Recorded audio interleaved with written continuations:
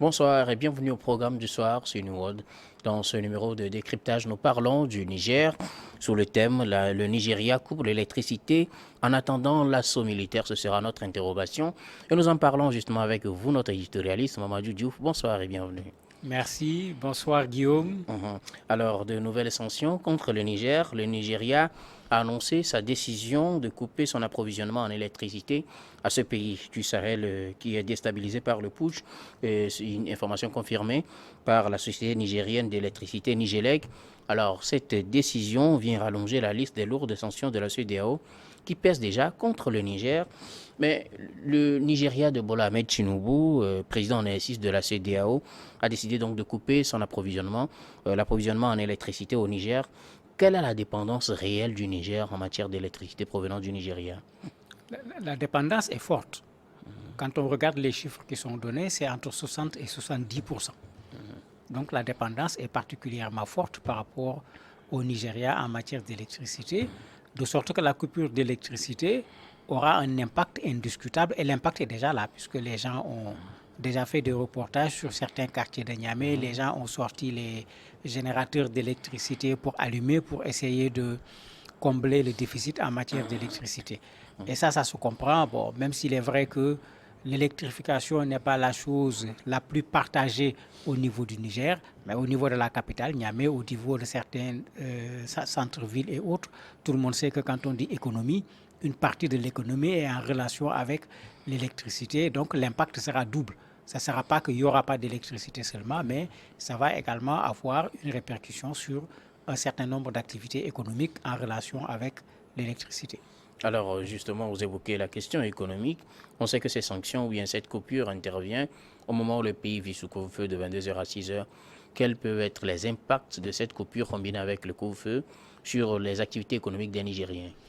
Ils sont en train quand même de lever le couvre-feu, donc d'un point de vue interne, l'effet du couvre-feu, on peut ne plus en parler, mais l'impact, il est déjà là. Le prix du riz, par exemple, a augmenté. Entre dimanche et mardi, le sac de 25 kilos est passé de 11 000 francs à 12 500.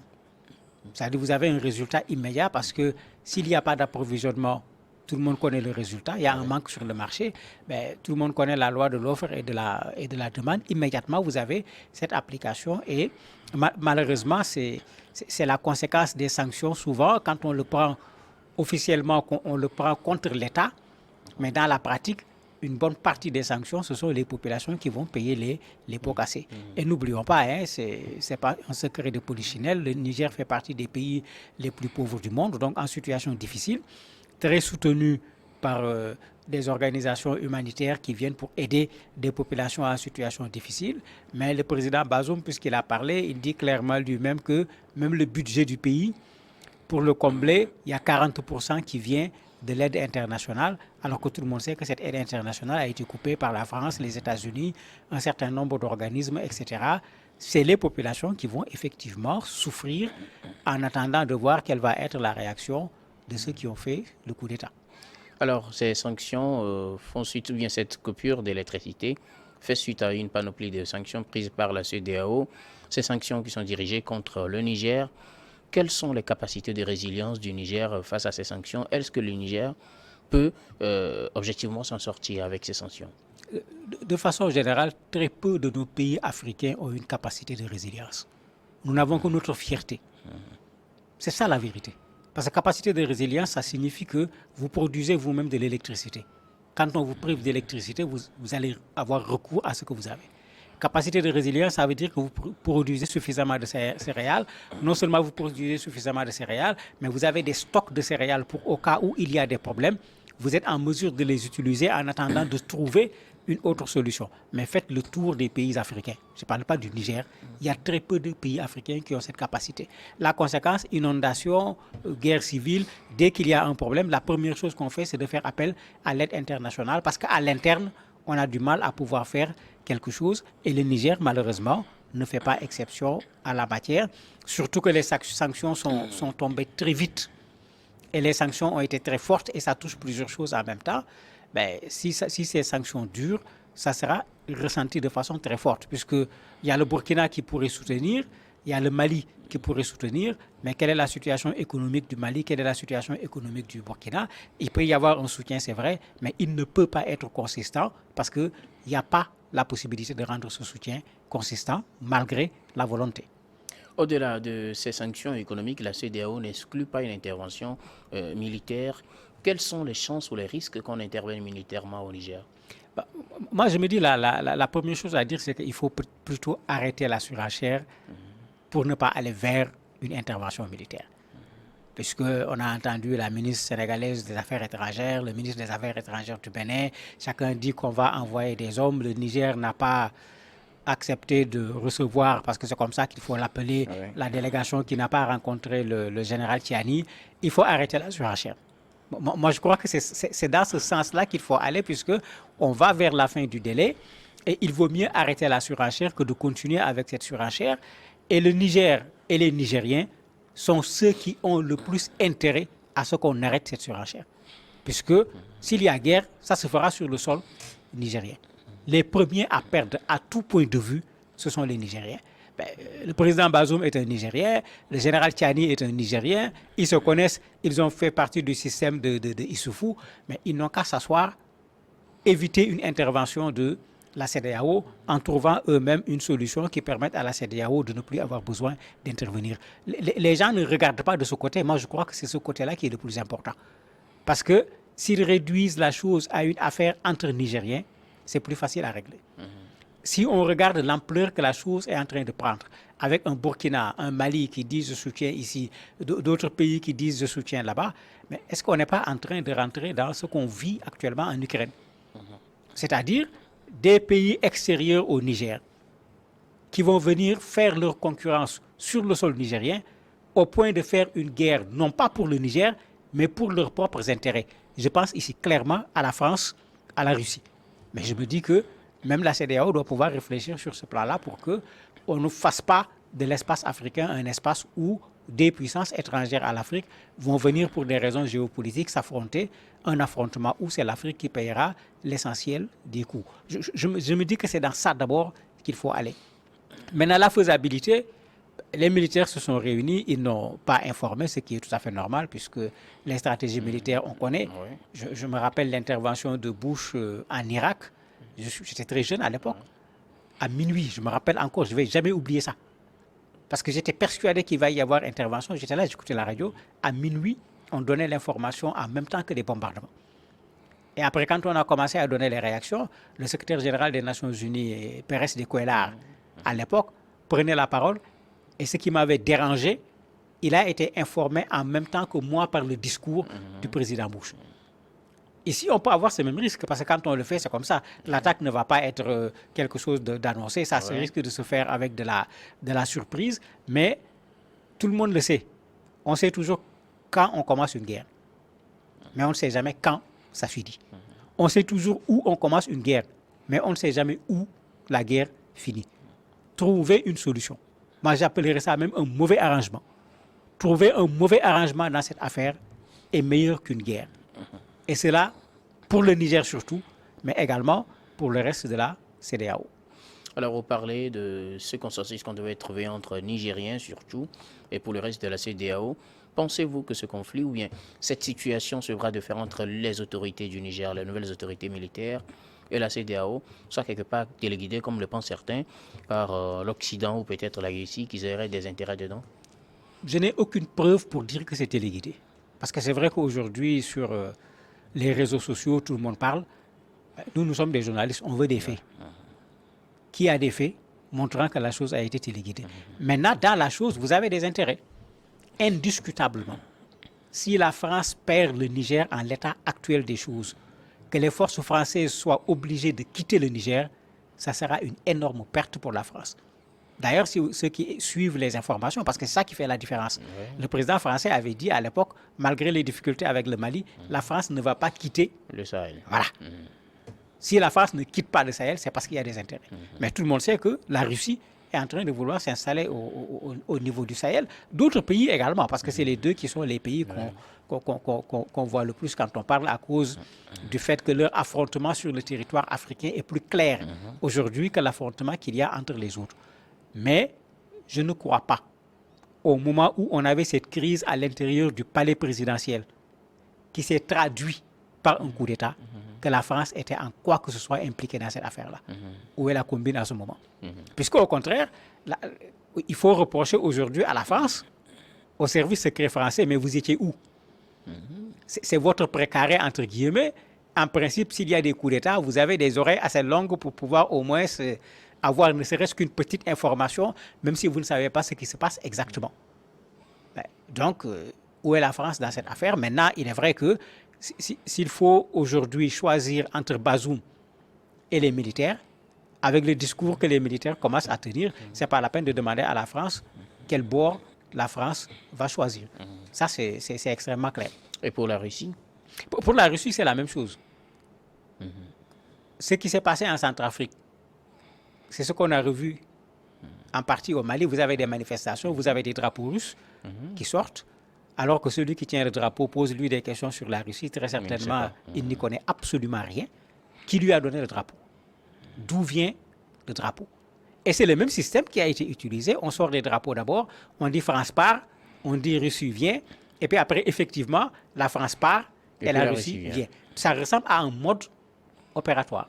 Mais on ne peut pas dire plus loin que ça parce que quand on est des journalistes, nous nous en tenons aux faits. La Russie ne va pas cracher sur le Niger. Au contraire, la Russie serait bien intéressée par le Niger pour des raisons que tout le monde connaît. Mais c'est trop tôt pour dire voilà ce que la Russie a fait, bien qu'il y a des suspicions que la Russie soit intéressée dans cette affaire-là. Alors, au Niger, le Niger est aujourd'hui dirigé de fait par la garde présidentielle de Bazoum, commandée par le général Tchiani, qui a envoyé ces éléments vers ses frères d'armes du Burkina et du Mali, pourtant estimé que le bloc qui est en train d'être formé entre ces trois pays, Burkina, Mali, Niger, pourrait être un bloc solide pour faire face au terrorisme au cas où le général Tchiani venait être maintenu à la tête du Niger. Mais c'est clair que c'est un bloc qui doit pouvoir faire face au terrorisme. Et c'est étonnant qu'on en parle aujourd'hui. Lisez ce qui a été écrit par tous les organismes qui travaillent sur les questions de sécurité depuis 2019. Les gens disaient depuis fort longtemps, comment se fait-il que nos États soient en retard par rapport aux groupes armés qui sont sur le terrain, qui s'appellent Grand Sahel, État islamique au Grand Sahel, c'est-à-dire un État qui se trouve sur plusieurs de nos États. Comment on peut vouloir combattre ce groupe en se contentant de son propre territoire et en disant que tu vas mener la lutte à l'intérieur de tes frontières? Mais tout le monde avait dit depuis clairement que la stratégie n'était pas pertinente. Mais nos États n'avaient écouté personne. Ils avaient préféré leur orgueil, chacun voulant gérer sa frontière. Mais s'ils le font aujourd'hui, mais pour les analystes qui connaissent très bien cette situation, ils le font avec beaucoup de retard. Il fallait le faire depuis fort longtemps. D'autant plus que tout le monde sait que la zone qui pose le plus de problèmes concerne tous les trois pays, ce qu'on appelle la zone des trois frontières. Si les trois pays font le nécessaire, est-ce qu'ils ne vont pas pouvoir résoudre ce problème? Maintenant, cette question de la sécurité et du terrorisme au niveau de ces trois pays, c'est là où, effectivement, quand ces pays se mettent ensemble, on espère qu'ils vont pouvoir produire un résultat. Parce que tous les trois coups d'État se sont fondés principalement sur la question de la sécurité. S'ils se mettent ensemble et ils ne résolvent pas la question de la sécurité, il va falloir qu'ils nous disent pourquoi ils ont fait des coups d'État. Alors, toujours parlant du Niger, les ambassadeurs du Niger dans certains pays comme la France, les États-Unis et même le Togo ont été rappelés. Pourquoi cela? Quand on nomme les ambassadeurs, souvent, vous avez de la diplomatie dedans, mais vous avez des gens qui sont également du bord du président ou de son parti. On le voit avec le cas le plus flagrant qui est celui de la France où la dame dit que ceux-là ne sont pas des autorités légales. Je reste ambassadrice de la France et je continue mon travail normalement. Et ce n'est pas la première fois qu'on le voit. Il est arrivé qu'il y ait des coups d'État, que ce soit le représentant aux Nations Unies ou autres qui contestent le coup d'État. Bon, ceux qui sont là disent on l'enlève, lui il dit je ne pars pas, je reste. Il n'y a rien de nouveau à la matière. Ça montre également que tous les Nigériens ne sont pas dans un camp dans cette affaire. Même si, bien sûr, pour le moment, quand vous regardez la télé du Niger, on ne voit que ceux qui sont pour, ceux qui sont contre, on ne les voit plus, alors qu'au début du coup d'État, on les avait vus. Et quand ils sont allés au palais de la présidentielle, on a tiré sur eux. Mais c'est comme ça que ça se fait tout le temps. Quand il y a coup d'État, on sort les gens pour être dans l'euphorie. Mais la réalité, le fond des choses va sortir progressivement. Et c'est clair que s'il y a beaucoup de Nigériens, sinon même une bonne partie des Nigériens qui sont d'accord, il y a des Nigériens qui ne sont pas d'accord. Et cette dame en est un exemple de façon flagrante. Est-ce à cause de leur opposition qu'ils ont été rappelés? Très certainement, puisque dans la politique actuelle du Niger, avoir une personne en France qui, quand les militaires qui se considèrent aujourd'hui comme les autorités du pays disent une chose, elle dit le contraire. Ben, ça pose problème pour un pays. Dans la diplomatie, qui est responsable de la diplomatie? C'est lui qui dit, et l'ambassade se met à exécuter les orientations qui ont été données. Quand celle-là se considère comme étant ambassadrice nommée par Bazoum, qui doit être également remerciée par Bazoum, mais pas par une autre personne, il est clair que ces militaires ne vont pas se retrouver. Mais moi, je trouve que c'est des erreurs en matière de communication. Il ne fallait pas faire de conflit avec 4 ambassadeurs, il fallait plutôt les laisser dans l'ombre, puisqu'aujourd'hui, on leur donne l'occasion de s'exprimer un peu partout pour montrer qu'il y a des Nigériens qui ne sont pas d'accord avec ce qui se passe. Alors, pour revenir sur le sujet de l'électricité, coupure d'électricité par le Nigeria au Niger, le Niger avait un projet d'activation d'un barrage sur le fleuve Niger. D'ici à 2025, cela devrait être effectif. Est-ce que cette coupure devrait accélérer les choses et permettre au Niger d'être indépendant par rapport à la fourniture d'électricité? En principe, oui. Le Niger a de l'eau. On parle du fleuve Niger. Le Niger a de l'uranium. Comment on peut au Niger dire qu'on a des problèmes d'électricité? Mais il ne faut pas être surpris parce que même le Nigeria qui donne de l'électricité au Niger, est-ce que le Nigeria a réglé son problème d'électricité? En fait, c'est ça le paradoxe des pays africains. On a parfois devant nous tout ce qu'il nous faut pour ne pas avoir besoin de l'autre. Mais puisque nous ne sommes pas orientés développement, puisque nous ne sommes pas orientés dans la satisfaction des besoins fondamentaux des populations, on s'occupe d'autre chose. Et après, au moindre coût, on est là à dire oui, maintenant on va trouver une solution. Oui, on va trouver une solution. Le Niger aurait pu régler sa question d'électricité depuis fort longtemps en mettant en place une centrale nucléaire pour produire de l'électricité ou bien en mettant un barrage sur le fleuve qui souvent déborde même et crée des problèmes. Un barrage aurait permis d'aller dans le sens d'orienter le fleuve, pourquoi pas vers autre chose que vers les populations. Mais puisque ça n'a pas été fait, le constat est là. Ce qui était prévu, c'était 2025. Est-ce que l'expérience va les amener à accélérer les choses pour que ça soit 2024? Je ne pourrais pas véritablement répondre. Merci beaucoup à vous, Mamadou Diouf, d'avoir répondu à nos questions.